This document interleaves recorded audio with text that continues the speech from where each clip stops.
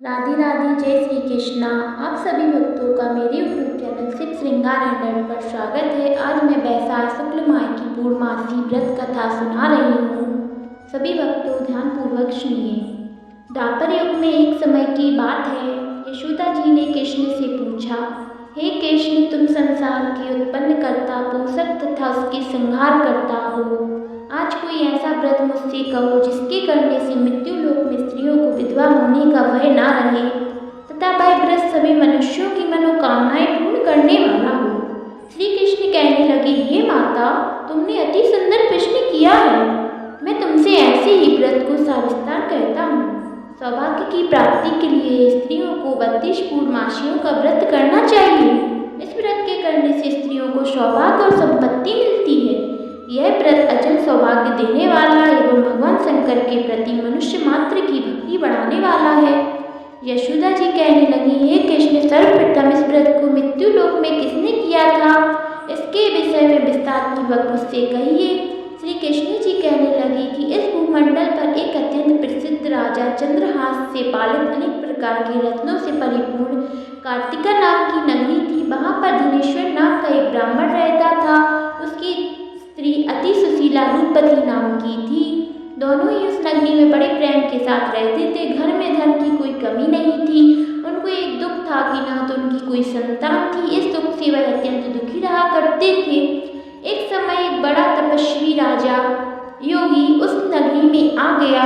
वह योगी उस ब्राह्मण के घर छोड़कर सभी घरों में जाया करता था।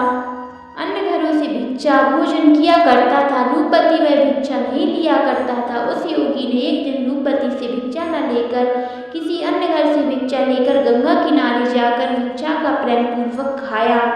धनेश्वर ने योगी की यह सब कार्य किसी प्रकार देख लिया। वह अपनी भिक्षा के अनादर से दुखी होकर धनेश्वर योगी से बोला, हे महात्मा, आप सब घरों से भिक्षा लेते हैं परंतु मेरे घर की भिक्षा क्यों नहीं लेते? इसका कारण क्या है? योगी कहने लगा कि नीपुत्री के घर की भिक्षा पतितों के अन्न तुल्य होती है और जो पतितों का अन्न खाता है वह भी पतित हो जाता है। क्योंकि तुम नीपुत्र हो अतः पति होते तो भय से तुम्हारे घर की भिक्षा नहीं लेता हूँ। धनेश्वर यह बात सुनकर अपने मन में बहुत दुखी हुआ और हाथ जोड़कर योगी के पैरों पर गिर पड़ा। अर्थभाव से कहने लगा, हे महाराज, यदि ऐसा हो तो आप मुझको पुत्र प्राप्ति का उपाय बतलाएं। आप सर्वज्ञ हैं, मुझ पर अवश्य ही कृपा कीजिए। धन की मेरे घर में कोई कमी नहीं, परंतु पुत्र न होने के कारण बहुत अत्यंत दुखी हूँ। आप मेरे इस दुख का हरण करें। समर्थवान यह सुनकर योगी कहने लगे, हे ब्राह्मण, तुम चंडी माता की आराधना करो। घर आकर उसने अपनी स्त्री से सब वृत्तांत कहा और तप निमित्त वन में चला गया।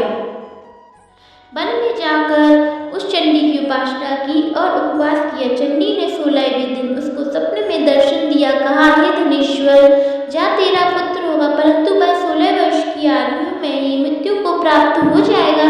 यदि तुम दोनों स्त्री पुरुष 32 पूर्णमासियों का व्रत विधि पूर्वक करोगे तो वह दीर्घायु हो जाएगा। जितनी तुम्हारी समर्थ हो आटे के दिए बनाकर शिव जी का पूजन करना, परंतु पूर्णमासी व्रत 32 हो जाने चाहिए। प्रातः काल होने पर इस स्थान के समीप ही तुमको एक आम वृक्ष दिखाई देगा। उस पर चढ़कर एक फल तोड़कर शीघ्र अपने घर चले जाना। स्त्री से सब वृत्तांत कहना। ऋतु स्थान के पश्चात स्वच्छ होकर श्री शंकर जी का ध्यान करके उस फल को खा लेगी। तब शंकर भगवान की कृपा से उसको गर्भ ठहर जाएगा। जब वह ब्राह्मण प्रातः काल उठा तो उसने उस स्थान के पास ही एक आम का वृक्ष देखा जिस पर एक अत्यंत सुंदर आम का फल लगा हुआ था। उस ब्राह्मण ने उस आम के वृक्ष पर चढ़कर उस फल को तोड़ने का प्रयत्न किया, परंतु वृक्ष पर कोई बार प्रार्थना करने पर वह न चढ़ पाया। तब तो उस ब्राह्मण को बहुत ही चिंता उत्पन्न हुई। विघ्ननाशक श्री गणेश जी की वंदना करने लगा। बोला, हे दयानिधि, हे दया सिंधु, अपने भक्त के विघ्नों का नाश करके उनका मंगल कार्य कीजिए। करने वालों दुष्टों का नाश करने वालों रिद्धि सिद्धि के देने वाले, आप मुझको कृपा करें, इतना बल देवे कि मैं अपने मनोरथ को पूर्ण कर सकूं। इस प्रकार गणेश जी की प्रार्थना करने पर उनकी कृपा से धनेश्वर वृक्ष पर चढ़ गया और उसने एक अति सुंदर फल का देखा। उसे सोचा कि जो वरदान से फल मिला है यही और कोई फल दिखाई नहीं देता। उस धनेश्वर ब्राह्मण ने जल्दी से उस फल को तोड़कर अपनी स्त्री को लाकर दिया। उसकी स्त्री ने अपने पति के कथा अनुसार उस फल को खा लिया। कृपा से उसको एक अत्यंत पुत्र सुंदर पैदा हुआ, जिसका नाम उन्होंने देवदास रखा। माता पिता की हर्ष और सुख से वह बालक शुक्ल पक्ष की चंद्रमा की भांति माता पिता के घर में बढ़ने लगा।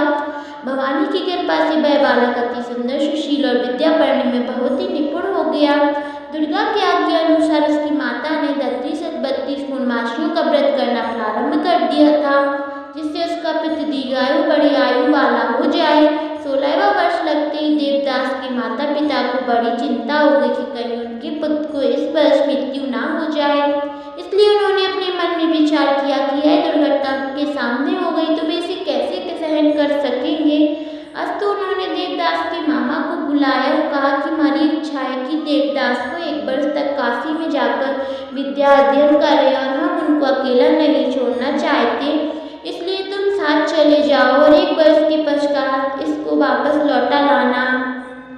सब प्रबंध करके माता पिता ने काशी जाने के लिए देवदास को एक घोड़े पर बैठा कर उसके मामा को उसके साथ कर दिया, किंतु यह बात उसके मामा या किसी से नहीं कही। धनेश्वर ने सपत्नीक अपने पुत्र की मंगल कामना तथा दीर्घायु के लिए भगवती दुर्गा की आराधना और पूर्णमासियों का व्रत करना आरंभ कर दिया। इस प्रकार बराबर वह 30 पूर्णमासियों का व्रत किया।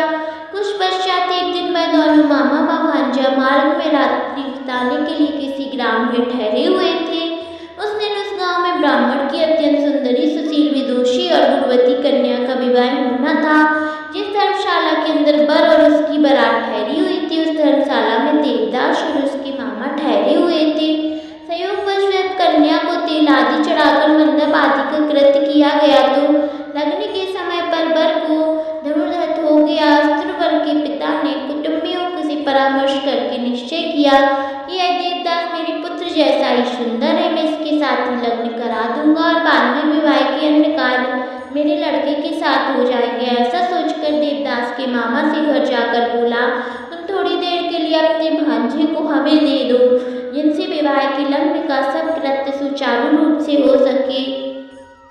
तब उसका मामा कहने लगा कि जो भी मधुपर्क आदि कन्यादान को समय में वर में मिलेगा वो सब हमें दे दोगे तो मेरा भांजा इस बारात का दूल्हा बन आएगा। यह बारात वर के पिता स्वीकार करने से उसको अपना भांजा वर बनाने को भेज दिया और उसके साथ विवाह का आदि रात्रि में विधि पूर्वक संपन्न हो गया।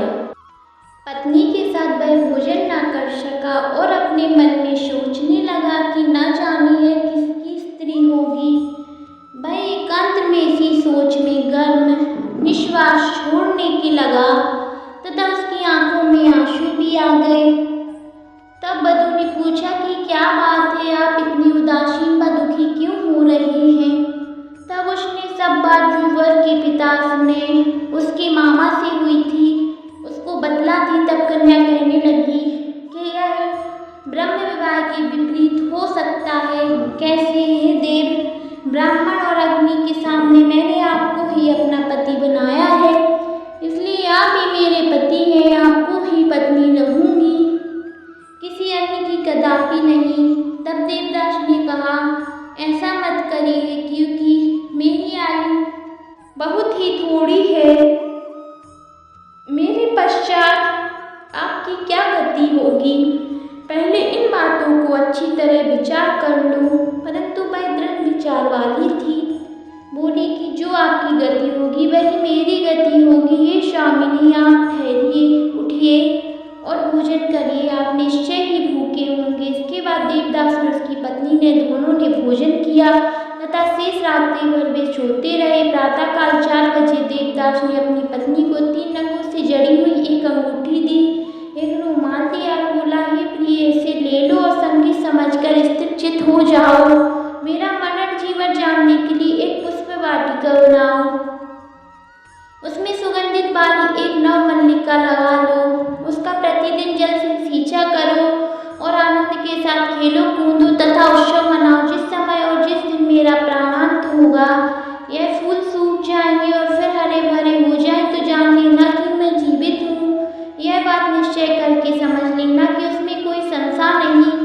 यह समझकर वह चला गया। प्रातःकाल होते ही वहाँ पर बाजे बजने लगे और जिस समय विवाह के कार्य समाप्त करने के लिए वर तथा बाराती मंडप में आए तो कन्या ने वर को भली प्रकार से देखकर अपने पिता से कहा कि यह मेरा पति नहीं है, मेरा तो पति वही है जिसके साथ रात्रि को मेरा पति ग्रहण हुआ था। इसके साथ मेरा विवाह नहीं हुआ है। यदि यही है तो बताएं कि मैंने इसको क्या दिया।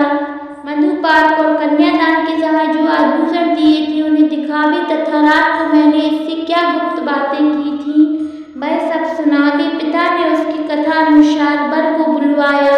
कन्या की वह सब बात सुनकर कहने लगा कि मैं कुछ नहीं जानता। इसके पश्चात लज्जित होकर वह अपना सा मुंह लेकर गया और सारी बारात अपमानित होकर वहां से लौट गई।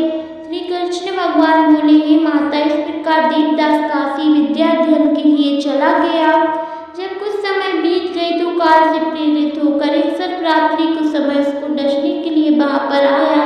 उस बिस्तर के प्रभाव से उसके शरण स्थान चारों ओर विष की ज्वाला से विषैला हो गया, परंतु व्यासराज के प्रभाव से उसको काटने न पाया, क्योंकि पहले से ही उसकी माता 32 पूर्णमाहों का व्रत कर रखा था। इसके बाद मध्याह्न के समय स्वयं काल वहां पर आया और उसके शरीर में उसको प्राणों को निकालने का प्रयत्न करने लगा, जिससे वह मूर्छित होकर जमीन पर गिर पड़ा। भगवान श्री कृष्ण की कृपा।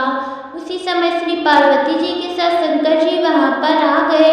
उसकी मूर्छित दशा को देखकर श्री पार्वती जी ने भगवान शिव जी से कहा, हे प्रभु महाराज, इसकी माता ने पहले से ही 32 पूर्णमाहों का व्रत किया था, इसके प्रभाव से हे भगवान आप इसे प्राणदान दे दें। भवानी के कहने पर भक्त वात्सल्य भगवान श्री कृष्ण श्री शिव जी ने उसको प्राणदान दे दिया। इस व्रत के प्रभाव से ही मृत्यु से छोड़ दिया, स्वस्थ होकर बैठ गया। उधर उसकी स्त्री भी उसके आगमन की प्रतीक्षा किया करती थी।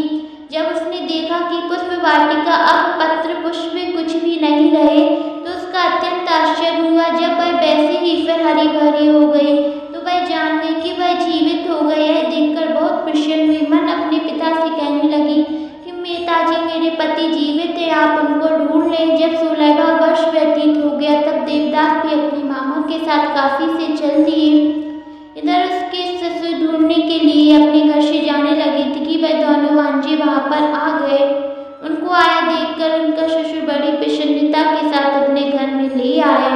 उस समय नगर के निवासी भी वहां इकट्ठे हो गए। सबने निश्चय किया कि अवश्य ही इसी बालक के साथ कन्या का विवाह हुआ था। उस बालक को जब कन्या ने देखा तो पहचान लिया और कहा कि यह तो वही है जो संकेत करके गया था। तदुपरांत सभी कहने लगी, भला हुआ तो यह आ गया, और सभी नगरवासियों ने आनंद मनाया। कुछ दिन बाद देवदास अपनी पत्नी और मामा के साथ अपने ससुर के घर से धन दहेज लेकर अपने घर के लिए प्रस्थान किया। जब वह अपने गांव के निकट आ गया तो कई लोगों ने इसको देखकर उसके माता पिता को पहले ही जाकर खबर दे दी कि तुम्हारा पुत्र देवदास अपनी पत्नी मामा सहित आ रहे हैं। ऐसा समाचार सुनकर पहले तो उन्हें विश्वास न हुआ, किंतु जब लोगों ने भी आकर उनकी बात का समर्थन किया तो उनको बड़ा आश्चर्य हुआ। लेकिन थोड़ी देर में देवदास ने आकर अपने माता पिता के चरणों में अपना सिर रखकर प्रणाम किया। उसकी पत्नी ने अपने सास ससुर के पैरों का स्पर्श किया तो माता पिता ने अपने पुत्र व पुत्रवधू को अपने हृदय से लगा लिया और दोनों की आंखों में प्रेमाश्रु बह चले। अपने पुत्र और पुत्रवधू के आने की खुशी में धनेश्वर ने बड़ा भारी उत्सव किया और ब्राह्मणों को बहुत सा दान दक्षिणा देकर प्रसन्न किया। श्री कृष्ण जी कहने लगे, इस प्रकार धनेश्वर 32 पूर्णमाहों के व्रत के प्रभाव से पुत्रवान हो गया। जो स्त्रियां इस व्रत को करती है वे जन्मों जन्मांतरों का वैभव दुख नहीं भोगती है और सदैव सौभाग्यवती बनी रहती है। यह मेरा वचन है, इसमें कोई संदेह नहीं जानना।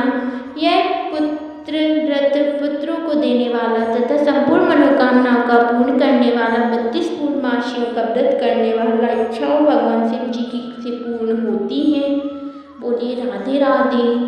आप सभी भक्तों को अगर वीडियो अच्छी लगी है तो लाइक, कमेंट, शेयर, सब्सक्राइब जरूर करिएगा। राधे राधे।